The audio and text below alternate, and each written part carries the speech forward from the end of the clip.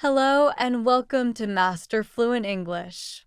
My name is Lisa, and today I'm thrilled to share my personal story of overcoming language barriers and achieving fluent English. Globe showing Europe, Africa.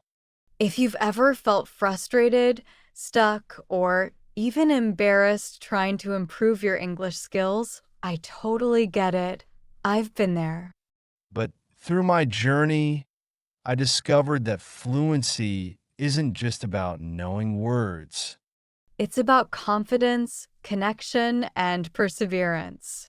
I hope my story inspires and motivates you to keep pushing forward.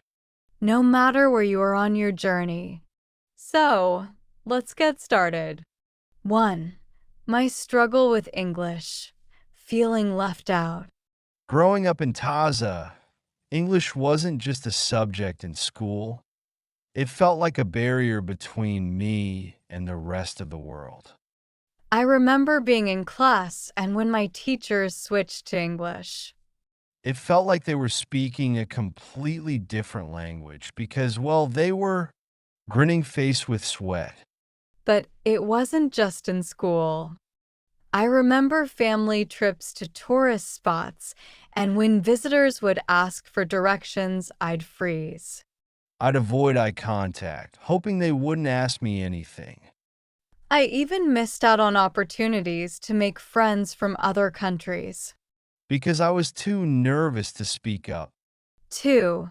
The emotional toll. Feeling stuck and frustrated. There were days when I felt like giving up. I thought, maybe English just isn't for me. I'd compare myself to others who seemed to pick it up so easily, and that made me feel even worse. I even started avoiding English homework because it felt pointless.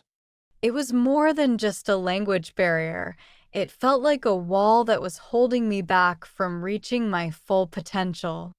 And then there were the embarrassing moments. I remember one time in class when I tried to answer a question in English and I completely messed it up. The whole class laughed, and I felt so humiliated. It made me scared to even try again. 3. The turning point.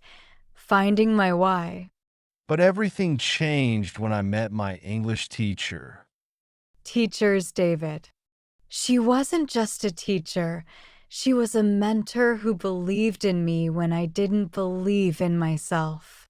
She told me something that stuck with me. It's not about being perfect, it's about progress. That simple sentence flipped a switch in my mind.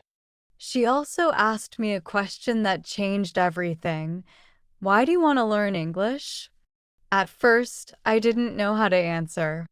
But then I realized I wanted to travel, meet new people, and connect with the world.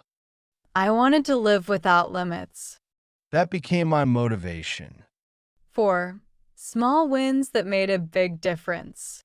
Once I had my why, I started noticing small wins that kept me going. The first time I understood a full sentence in an English movie without subtitles. I was so excited. I rewound it just to hear it again.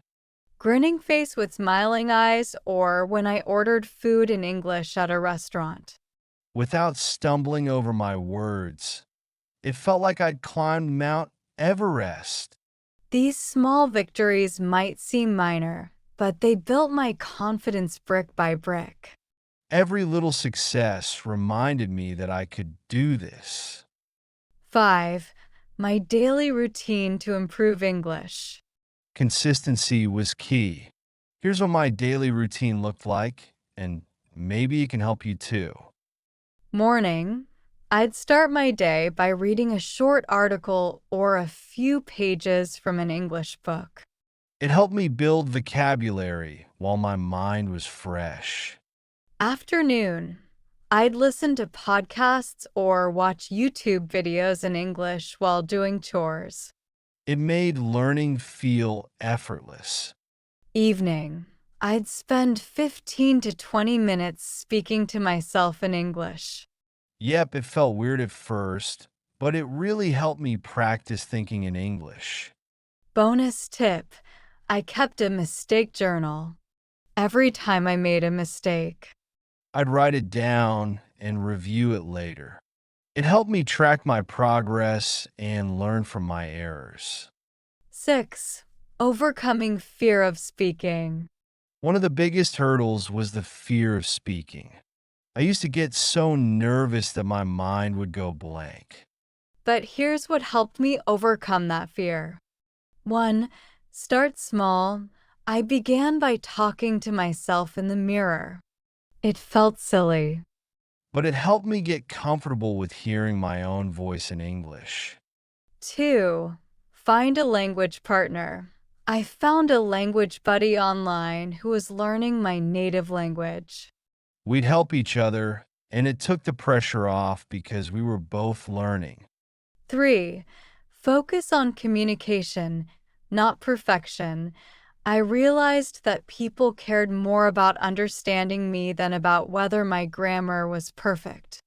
Once I shifted my focus to just getting my message across, speaking became less scary. 7. The breakthrough moment, when it clicked. I'll never forget the first time I had a full conversation in English without overthinking. I was at a cafe, and a tourist asked if they could sit at my table. We started chatting, and before I knew it, we were talking about our favorite travel destinations. That was the moment I realized I was fluent. All those hours of practice had finally paid off. 8. The power of fluency. Doors that opened. Fluency in English didn't just help me communicate, it changed my life. I've traveled to new countries, made friends from all over the world, and even landed my dream job. Being able to speak English opened up opportunities one never thought possible. But more than that, it gave me confidence. I started believing in myself, not just in language, but in everything I did. I felt more open to new experiences, more willing to take risks, and more excited about my future. 9. You can do it too. My message to you. If you're struggling to improve your English, I want you to know you're not alone. It's okay to make mistakes. It's okay to feel frustrated. But don't give up. Every mistake is a step forward. Every struggle is a lesson, and every small win is a victory. Remember, fluency isn't about being perfect. It's about progress. Keep going, keep practicing, and believe in yourself. You're capable of more than you think. If my story resonated with you, I'd love to hear about your journey. What challenges are you facing in learning English? What's one thing that's helped you improve? Drop a comment below. I love reading your stories. And don't forget to subscribe for more tips, tricks, and inspiration to help you on your English learning journey. Thanks for watching, and I'll see you in the next video.